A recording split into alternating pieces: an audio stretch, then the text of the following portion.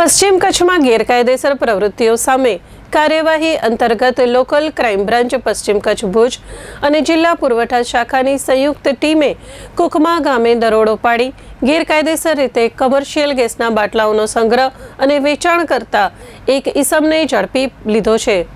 Police દ્વારા કુલ 174 gas cylinder સહિત રૂપિયા 1.59 લાખનો મુદ્દામાલ જપ્ત કરવામાં આવ્યો છે। પોલીસ મહાનિરીક્ષક ચિરાગ કોરડિયા તથા પશ્ચિમ કચ્છના પોલીસ અધિક્ષક વિકાસ સુંડાના માર્ગદર્શન હેઠળ જિલ્લામાં ગેરકાયદેસર પ્રવૃત્તિઓ સામે કડક કાર્યવાહી કરવા સૂચનાઓ આપવામાં આવી હતી। તે અનુસંધાને લોકલ ક્રાઇમ બ્રાન્ચના પોલીસ સબ ઇન્સ્પેક્ટર M.H. શિલોણના માર્ગદર્શન હેઠળ ટીમ પેટ્રોલિંગમાં હતી। આ દરમિયાન મળેલી બાતમીના આધારે કુકમા ગામે CK કોમ્પ્લેક્સમાં બાલાજી એન્ટરપ્રાઇઝ દુકાન નંબર 7માં દરોડો પાડવામાં આવ્યો હતો।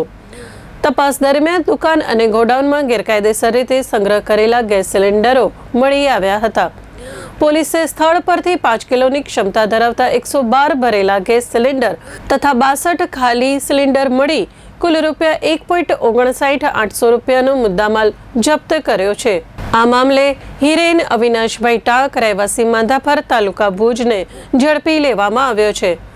આરોપી વિરુદ્ધ LPG control order 2000 gas cylinder rules 2016 તથા આવશ્યક ચીજવસ્તુ અધિનિયમ 1955 હેઠળ કાયદેસરની કાર્યવાહી હાથ ધરવામાં આવી છે।